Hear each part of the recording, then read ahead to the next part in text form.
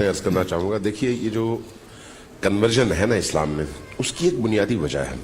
وہ یہ ہے کہ آج کی اس ترقی کے دور میں جب ٹیکنالوجی اپنے عروج کو پہنچی ہوئی ہے، انسانیت اسی حساب سے انتہائی زوال پذیر ہے. یہ یورپ میں بھی ہے اور مسلم ممالک میں بھی ہے. ہم چونکہ مغلوب ہیں من حیث اجتماعی، اس لیے ہم ان کے کلچر کو اپناتے ہوئے بڑا فخر محسوس کرتے ہیں، ان کی تہذیب کو اپناتے ہوئے بڑا فخر محسوس کرتے ہیں.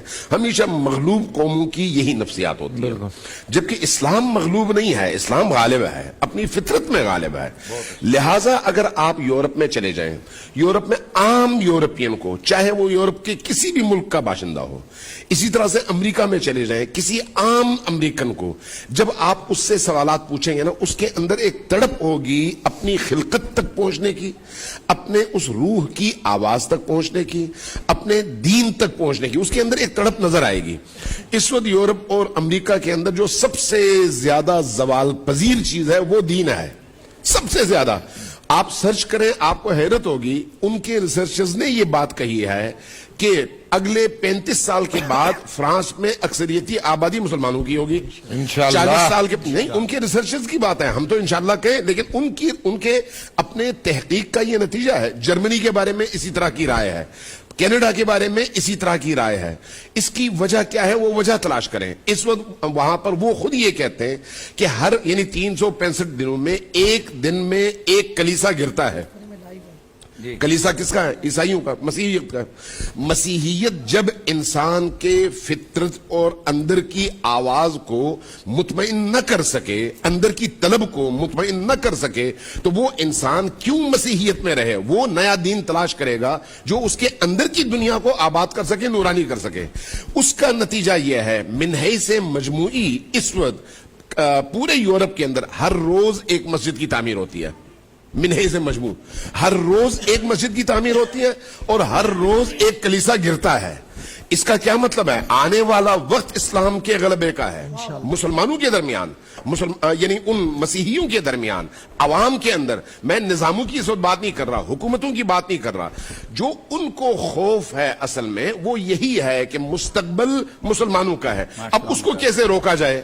اس کو روکنے کے لیے ان کے پاس سب سے بڑا ہتھیار پروپیگنڈے کا ہے. سب سے بڑا ہتھیار. اس ہتھیار کو وہ کس طرح سے یوز کر رہے ہیں اس کو سمجھے. ہمیں بھی سمجھنا چاہیے، عوام کو بھی سمجھنا چاہیے، ہمارے دانشوروں کو بھی سمجھنا چاہیے. انہوں نے کچھ ہتھیار استعمال کیے. ان میں سے سب سے پہلا ہتھیار یہ ہے کہ اسلام کا خوف پیدا کرو. اس خوف کو پیدا کرنے کے لیے انہوں نے داعش کو بنایا تھا، تاکہ ان کی کارستانیوں کو ہالی ووڈ کے فلمی اداروں کے کیمروں کے ذریعے سے فلمایا جائے اور پوری دنیا میں آپ کے اسی واٹس ایپ اور دیگر اپلیکیشنز کے ذریعے سے ہر شخص کے بیڈ روم اور اس کے گھر تک پہنچایا جائے، تاکہ یہ بتایا جائے اسلام یعنی داعش.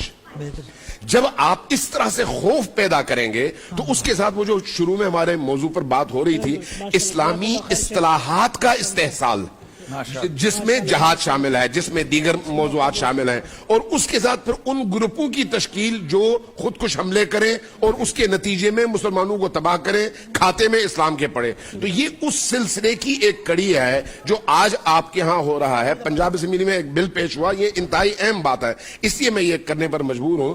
ایک بل پیش ہوا اور اس بل میں انہوں نے مرد کے مقابلے میں عورتوں کے حقوق کی بات کی. نعرہ خوبصورت تھا، لیکن اس کے نتیجے میں اسلام کی تمام تعلیمات کی دھجیاں اڑائیں.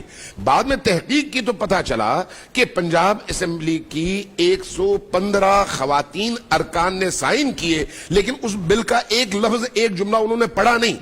جب ان سے پوچھا گیا آپ نے سائن کیوں کیا تو جواب دیا ہمارے لیڈر نے کہا تھا. جب ادھر ریسرچ ہوئی تو پتہ چلا پنجاب گورنمنٹ کو شہباز شریف کے دور میں 15 ارب قرض چاہیے تھا.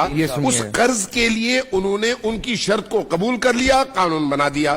یعنی ان کے یہ تمام ہتھ کنڈے ہیں جس کے ذریعے سے اسلام کو ہر صورت میں کمزور کرنے کی کوشش کی جاتی ہے. ہمیں اس کا مقابلہ کرنا ہے. نوید بھائی جلدی سے بات ختم.